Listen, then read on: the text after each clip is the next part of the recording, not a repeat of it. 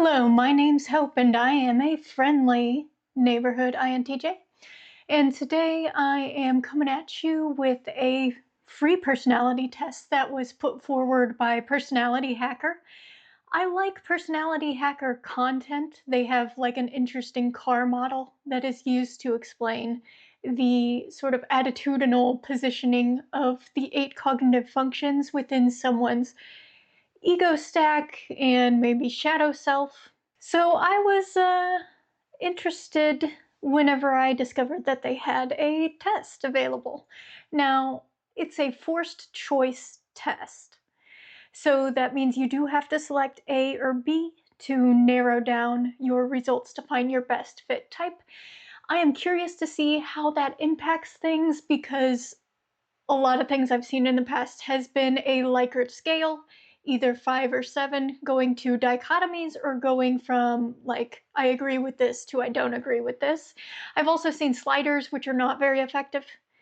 So the forced choice aspect should be interesting. There are 8 styles of genius. What's yours? There's no right or wrong answer. Of course, go with your gut. Pick the slightly more true. So in accounting, we say more likely than not whenever it's over 50%. Takes less than 20 minutes, maybe. Not for me, usually. 60 questions. Okay, let's do it. My friends say that I am easy to read and get to know, somewhat private and difficult to read. I had it most recently happen to me with my brother's girlfriend. Said that she didn't really know where I was at. And I was like, you don't need to know where I'm at because you don't need to take care of me. I can, manage things on my own. You don't have to worry about me. I'm fine. I don't want to complain or make things harder for you.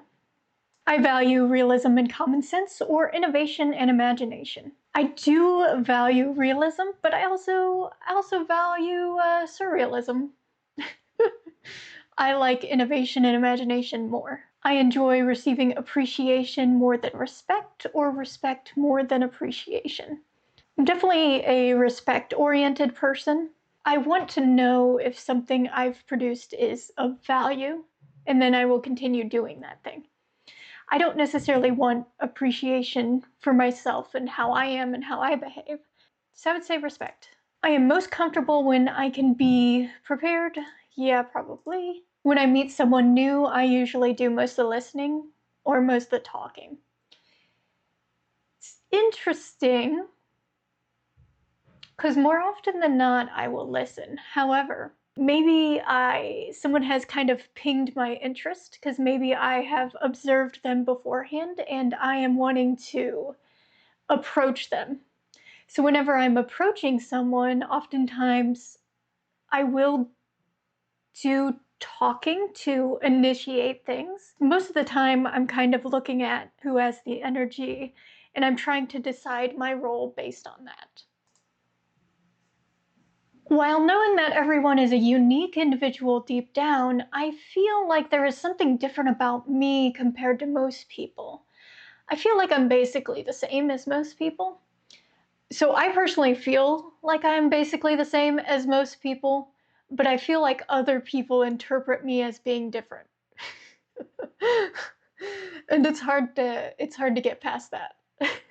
So in the respect that other people aren't reading me correctly, there is something different about me.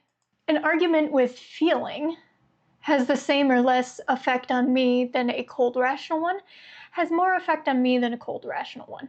I would say the same or less. I'm also analyzing whether I think it's an emotional ploy or manipulation.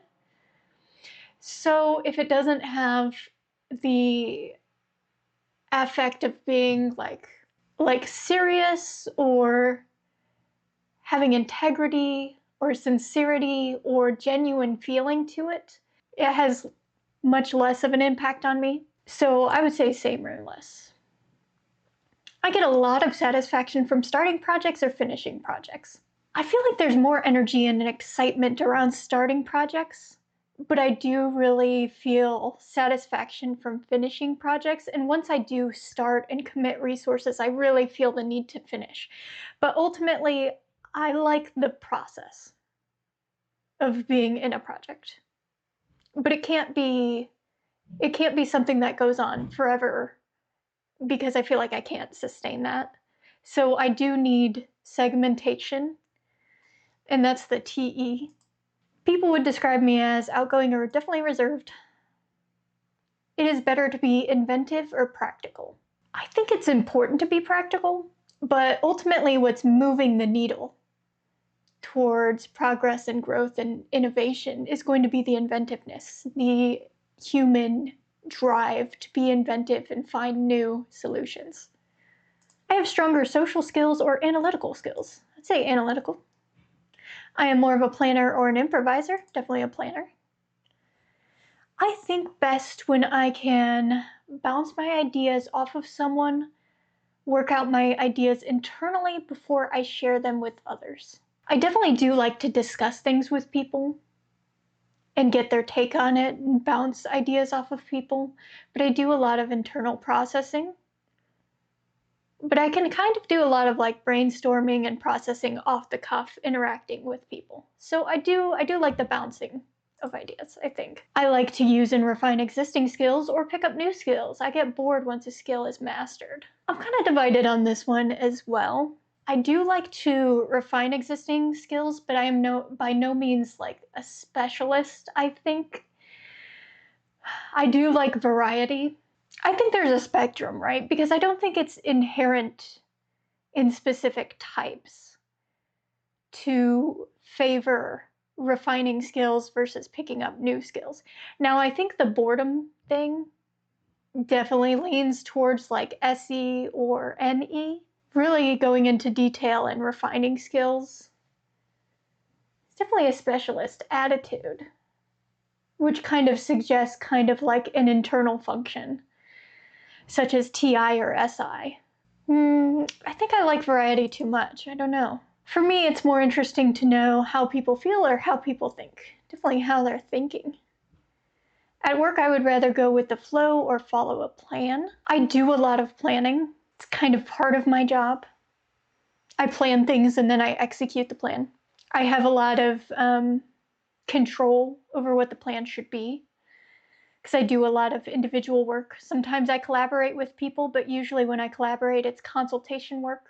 But I'm pretty adaptable, and if anyone needs me for something, I'm willing to drop whatever I'm doing and try to go with the flow and help with whatever I am needed on, wherever my resource is best applied.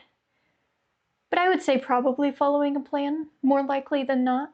I usually think first before acting, act first, and think while I'm acting.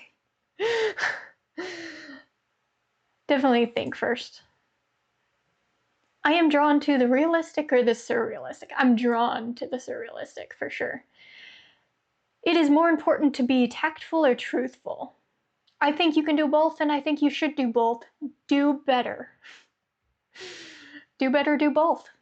But what is more important? Depends on your definition of truth. Depends on your definition of tact. I am so undecided about this one. It's like in my FI, right? Because I think you can be criticized for being too honest or truthful, or being too matter-of-fact or straightforward.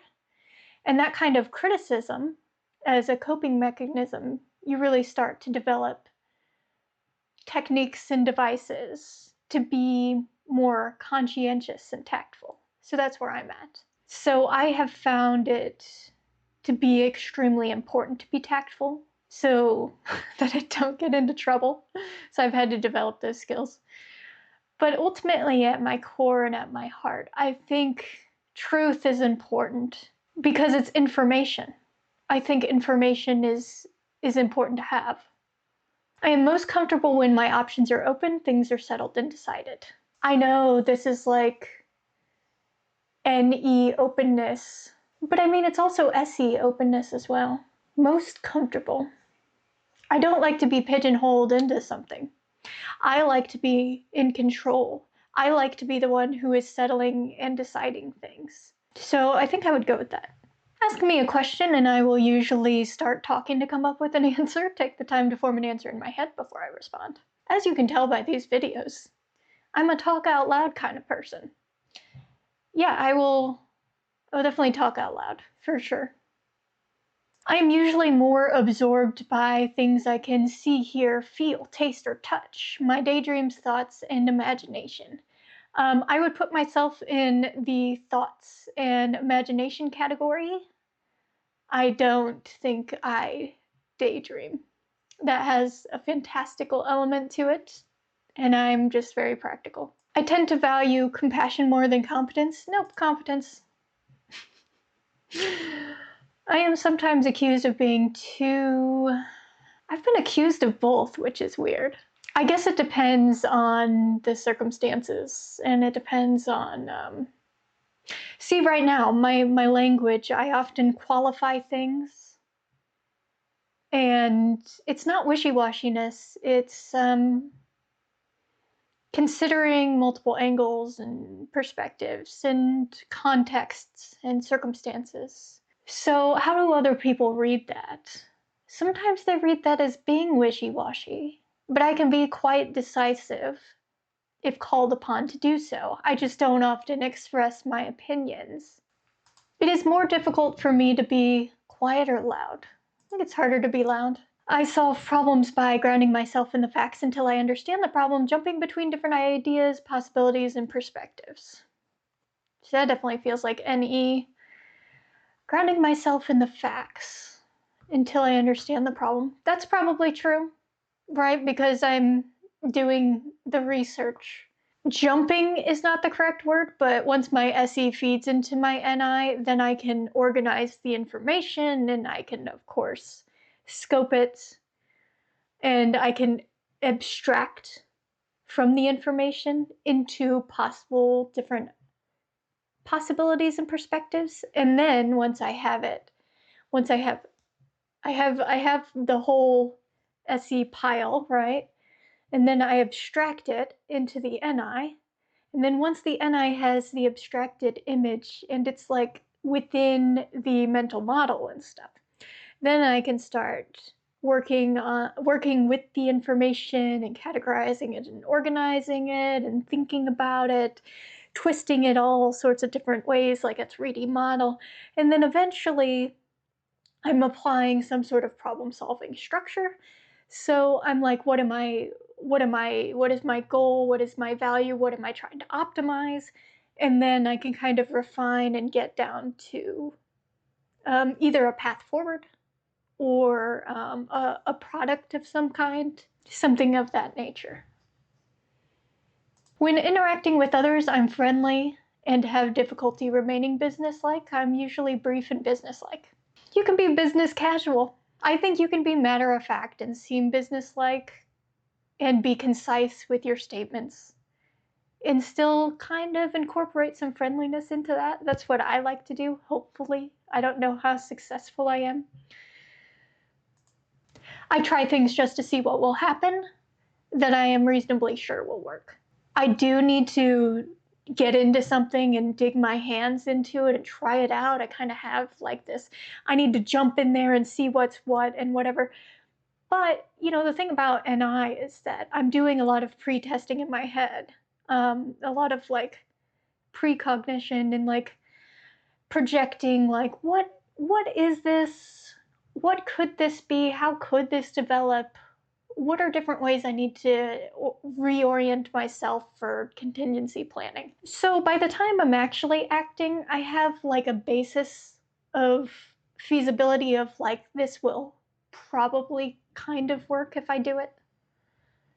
I talk about the things most important to me whenever the subject comes up, only with those I trust. I think I can't really help it. If the subject comes up and I'm interested in it, I'm going to talk about it. And I've had to like restrain and hold that back. But that's more of like a learned behavior. You know, if I'm like excited about something, I'm gonna talk about it. But before doing so, I do kind of analyze the venue and the people involved. I'm kind of like, are people gonna care about this? Is this, do they want my thoughts? It's a tough one. I do have to be in a trusted environment, I feel like. I think rules and regulations are necessary for other people. My dad, his thoughts were kind of like, yeah, rules often exist for the lowest common denominator, for people who are dangerous, people who aren't well reasoned, people who need some kind of deterrent to stop them from behaving poorly or badly. But sometimes rules kind of overcorrect. And if you're a rational person, and if you're not going to cause harm, maybe the rules shouldn't be prohibiting you from taking a certain action within reason. I don't know. It gets really dicey. I'm like, I don't want to, but I tend to think that, if everyone would just be considerate and respectful, I think we would have a lot less problems and rules would be a lot less needed. I don't know about that one. That one's tough. I make most decisions guided by my feelings based on logic and facts. Probably logic and facts. I usually prefer work in bursts or at a steady pace. I can focus for long periods of time. I can take work at a steady pace. Oftentimes, I will segment or break down tasks into sort of like sprints. I've talked about this before, similar to like a Kanban system where you break it down into a little sprint and then you can iterate on that further. But ultimately, it's a steady pace. If I have to spend a lot of time alone, I will feel bored or depressed, relaxed and refreshed, sure. Regardless of what other people say, deep down, I feel that I am pretty normal. I value accuracy and effectiveness, harmony and authenticity. This is where TE is going to win out over FI. I think best when I do not have to follow a procedure. My surroundings are clean and uncluttered. Yeah, oftentimes NI really needs an environment that is free from distractions in order to sort of like focus and function. I prefer to observe. I'm usually more entertained by the reality of what's going around me or my interpretation. I'm here to amuse myself. I usually obey my mind more than my heart, or my heart more than my mind. Look, it all happens in the brain. It's all the brain. Oh, I mean, okay, look. Some of it is the vagus nerve or the, pituitary gland. Like, we got a lot of hormones and stuff, but like, ultimately the mind is where it's at. I like to know what I'm getting into, adapting to new situations. Yeah, I like to know ahead of time what I should be prepared for. When I am problem solving, I tend to think out loud or close my eyes to shut out distractions. A conversation about purely abstract ideas and theories is usually the best thing ever. I believe feelings are always valid, whether they make sense or not. Valid as long as they make sense. It's a weird question. Feelings are feelings. They just exist. They are. I don't even know if you really have to make sense of them. They are their own thing. I take pride in being free-spirited or dependable. Yeah, dependable, reliable, not flaking out on obligations. If I go to the gym or library, oh, okay, so we can be like a nerd or a jock, okay. I take the opportunity to interact with people. I find a place by myself and focus on my work. Yeah, I think it's awkward to interact with people in public spaces where they're doing some sort of task. So I'm not someone who can talk to someone at the grocery store. However, sometimes you'll get extroverts who do talk to me. I was definitely standing, analyzing various meats because I was trying to figure out like what kind of like chicken I wanted to buy, sort of like, skinless, boneless, tenderloins. Do I want the breast, wings? What do I want for chicken? What's my protein going to be? And this older gentleman came over and asked me about ground beef. And I'm like, I'm not a meat expert, but I thought it was really funny. I'm like, it could never be me. But maybe I'm approachable, because I have been approached by people, which is interesting. Under most circumstances, I naturally pay more attention to what could be happening or what is happening. I actually do pay attention to what is happening because I fear for my life. I think it's a survival instinct. I'm like, what's going on? Whenever more people than myself are involved, I'm paying attention to what is happening. Unless I've decided to block out all of reality. I'm not even paying attention to what could be happening. That means I would be engaging with my environment. I'm paying attention to what is happening in my head.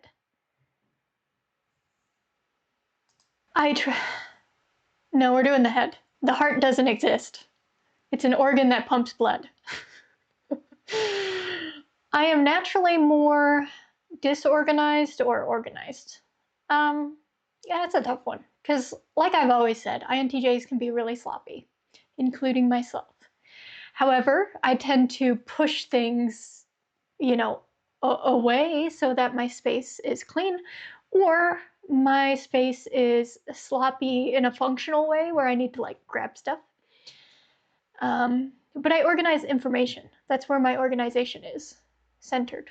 I prefer to discuss things with a group of people or one person at a time. Definitely more of a one-on-one person. When I need to do my best work, the feeling of inspiration is vital, and if I do not feel inspired, it is very difficult for me to produce something I am happy with. Sounds like an FI dominant. Great, but if I do not feel inspired, it does not affect my ability to get things done right. TE over FI. I tend to pay more attention to my thoughts or emotions, probably my thoughts. I am more random or orderly. When working, I love to close my door and enjoy the quiet, be in the middle of the action. Yeah, working, definitely. Sometimes I think so much about new possibilities that I do not look at how to make them a reality. I pay so much attention to the facts, either past or present, that I miss new possibilities. I think it's more likely to get into a state of refinement and tunnel vision as you're executing upon a plan. And I think that's fine. I mean, as long as it doesn't cause you problems. Eventually, you do have to shut off the possibility machine. And I would say that to any DOMs as much as anyone. It is worse to be biased or unsympathetic. I think having all the information and working through information and being communicative is a sign of respect. But that doesn't prohibit me from being sympathetic to people, often very sympathetic. And I like to understand people's intentions and motivations and put myself in their shoes. But I think it's probably worse to be biased because that's damaging. It's damaging to reality and to the narratives we construct. So it's reckless. In general, I think people would benefit from more responsibility or spontaneity. I think people need to be more responsible. Whenever possible, I connect with people. I avoid unnecessary interaction. I like to connect with people, but I think it's targeted. I avoid unnecessary interaction because I don't want to bother people. I feel intrusive, and I don't know in what part of my life I was so damaged that I believe my presence is a burden to people or intrusive. But that's just what happened. So I think really that's what's going on. But I do try to reach out and connect with people. In everyday life, it is rare to meet someone that really seems to be on the same wavelength as me. I have to meet people who seem to see things the way I do. Yeah, it's definitely rare to meet other INTJs. I have had the pleasure more recently to do so, and it's been fantastic. And if I can, I am hoping to, contact those people more. Of course, if they're open to that as well. So I'm really excited about that. I'm definitely in a phase of life where I've been able to meet people who are more similar to me, and that's fantastic. Not that I don't like diversity, because I love just thinking about the way that other people think. It's really interesting to me. It is important to be kind or fair. I think you should do both. Be better, do both. You should be kind and fair and respectful. But what's more important? Fairness is important as long as you don't rigidly apply a structure of fairness to everyone.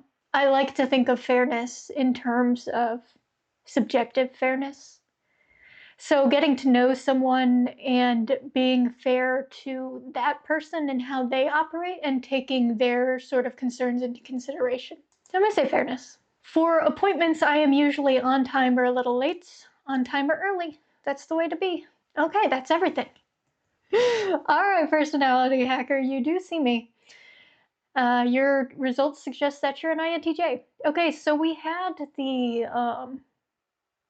the forced questions, the more likely than not 50% or above. We had it work out in this case. Now, it's possible that I just know myself pretty decently well, and I am able to answer questions in a way that depict who I am. I would be curious, because I do really like Personality Hacker. I think you should check out their podcast. I love to have it, on in the background of my life sometimes while I'm working or whatever. They have some really useful stuff. They recently put out a podcast about why people might mistype, and I thought that was really interesting and insightful. So I think you should check it out. What I would want to know from you all is if this feels accurate to you. Were you able to get your best fit type? Okay, you are an INTJ. Let's dig into it. INTJs help humanity look to the future. Naturally insightful, extraordinary problem solvers, eliminating potential pitfalls. I think INTJs are really good at risk analysis. Me, I work in the field of assurance. So I am, consulting on risk. I'm looking at programs and processes and looking to make them more effective or more efficient.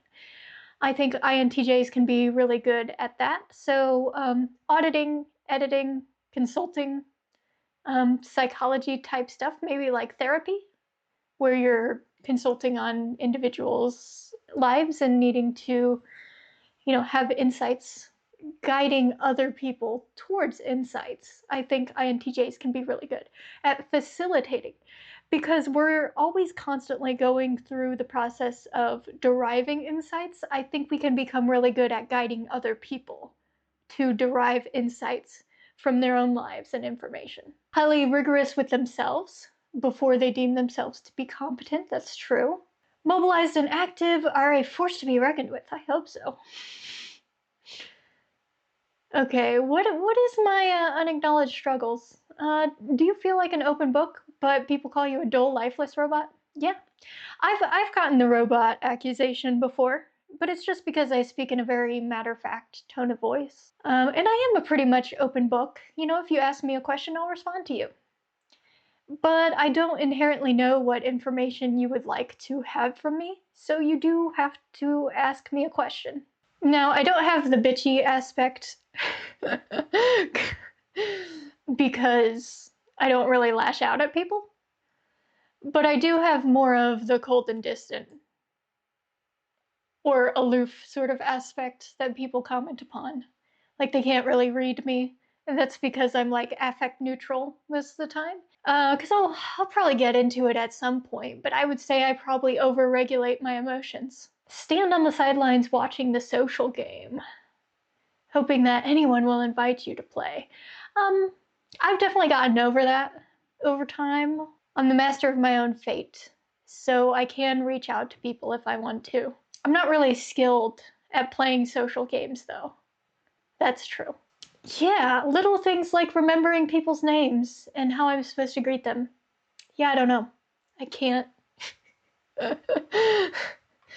I've tried over the course of my life to get better at remembering people's names, or the names of their family members that they care about and sometimes tell stories about. But, sometimes I'm just not going to remember your children's names or your dog or your cat, and I'm sorry about that. Because I might care about you as a person, but I can't retain the details of your life. I can hardly retain the details of my own life. Every interaction feels like you've been misunderstood or misinterpreted. I've kind of gotten over that as well. I just kind of like, yeah, par for the course, it's fine. Let's try to be measured and try to understand where the misunderstanding or the misinterpretation is occurring. Is there something I can be doing?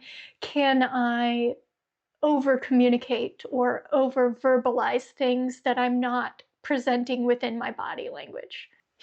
You try to start interesting conversations, but it seems like no matter how hard you try, people just aren't listening. Yeah, I mean, and it's not necessarily bad. I just feel like the things that I'm interested in, people aren't interested in, or they're not interested in it the same way. But you know what I've done?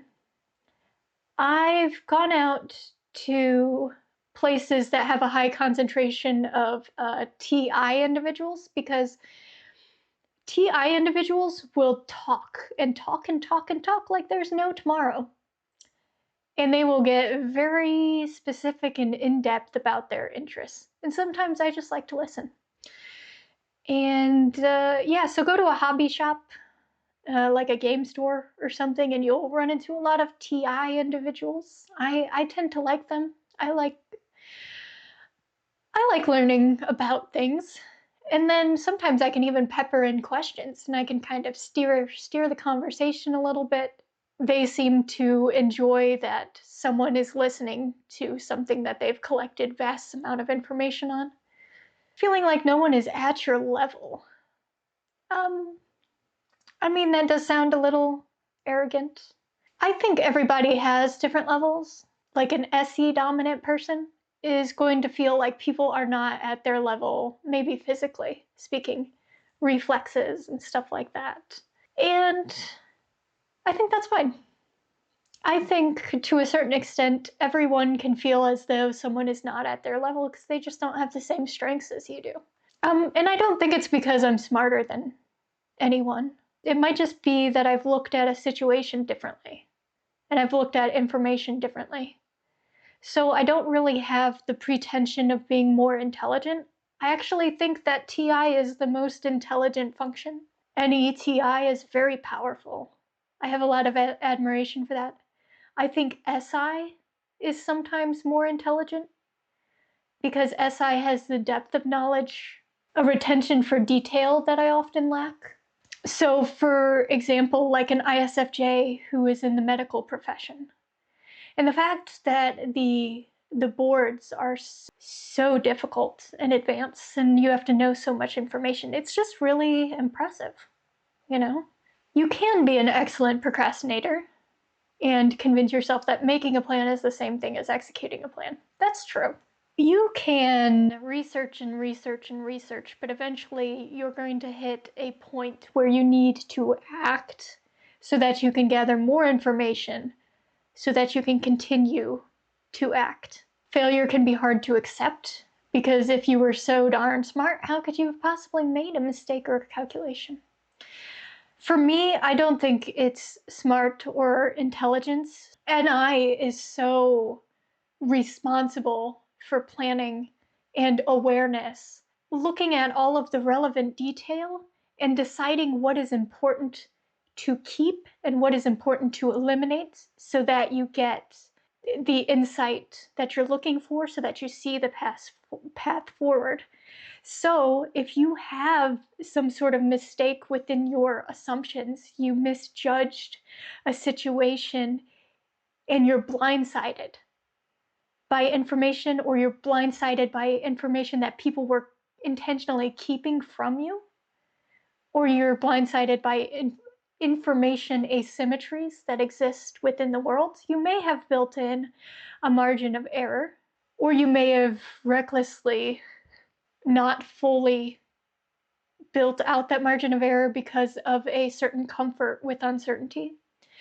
So when things go so terribly, horribly wrong, it really shakes the confidence.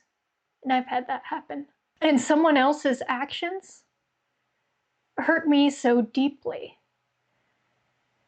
But part of the pain from it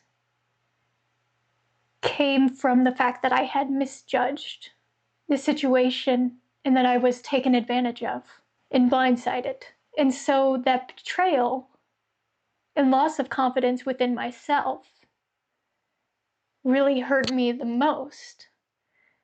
And so even if I could look at a situation rationally and say this person was toxic and terrible and they made the wrong decision and they made a harmful and malicious decision that hurt me, at the same time, I am at fault and I am taking responsibility.